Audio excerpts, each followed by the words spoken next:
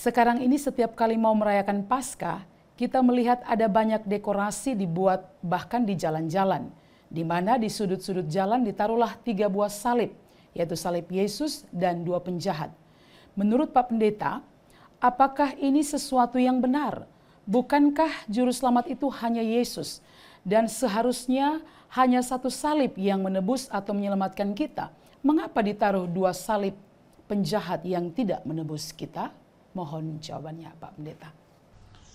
Ya, memang benar bahwa kita ditebus hanya oleh Kristus yang mati di tiang salib yang bagian tengah. Ya, tapi kalau dalam perayaan Paskah dibikin ornamen-ornamen Paskah atau dekorasi-dekorasi Paskah yang menaruh 3 salib, itu juga sebenarnya tidak salah. Karena faktanya adalah Yesus mati di antara penjahat. Itu fakta yang penting karena itu menunjukkan bahwa Yesus yang tidak bersalah itu dijadikan menjadi dosa atau dianggap sebagai orang berdosa. Dia ditempatkan pada bagian tengah dari 3 salib itu untuk menunjukkan bahwa dialah yang paling jahat di antara para penjahat. Fakta itu penting. Jadi memang kalau dalam ornamen salib, kalau kita hanya pasang 1 salib saja, ya kita bisa melihat bahwa Yesus mati di kayu salib. Tapi kita tidak melihat bahwa Yesus mati di antara penjahat. Jadi menurut saya tetap penting untuk ditaruh 3 salib sebagai kesaksian bagi dunia bahwa Yesus yang tidak berdosa itu ternyata dianggap berdosa atau dihitung dalam kumpulan orang berdosa.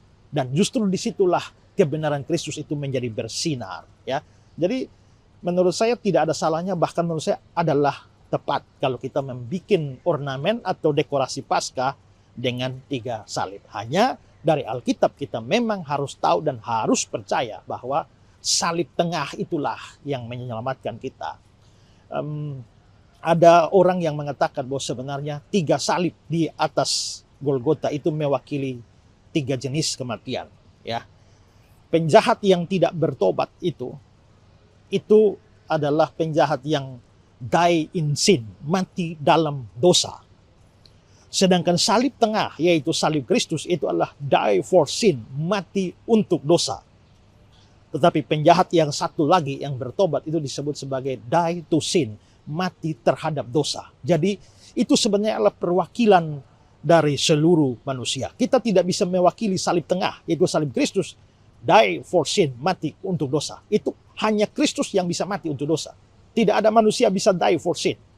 Tapi seluruh manusia itu terbagi 2. Die in sin atau die to sin. Mati dalam dosa atau mati terhadap dosa. Kalau orang tidak percaya kepada Yesus, maka dia bersama dengan penjahat yang satu, die in sin, mati dalam dosa. Tapi kalau kita percaya kepada Yesus, beriman kepada Yesus yang tersalib itu, maka kita bersama-sama dengan penjahat yang satu adalah die for sin, mati terhadap dosa. Karena itulah kesaksian 3 salib di atas Golgota itu penting bagi kita. Ya.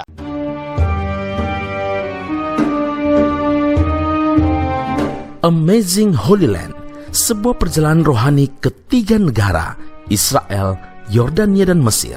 Anda akan diajak untuk mengunjungi tempat-tempat bersejarah dalam Alkitab dan mendengarkan penjelasan secara detail dari tour guide yang berpengalaman. Dan tentunya yang teristimewa adalah aplikasi rohani yang Alkitabiah yang langsung akan dibimbing oleh Pendeta Ezra Alfred Soru dengan berkunjung ke berbagai tempat bersejarah selama 13 hari, 18 hingga 30 Juni 2023. Untuk informasi lebih lanjut, silakan menghubungi TG Holiday Tour di 0812 9800 5654. Sekali lagi 0812 9800 5654. Bukan hanya mendapatkan pengalaman baru, tapi teristimewa pengetahuan Alkitab Anda pasti bertambah dalam 13 hari bersama pembimbing rohani Pendeta Ezra Alfred Soru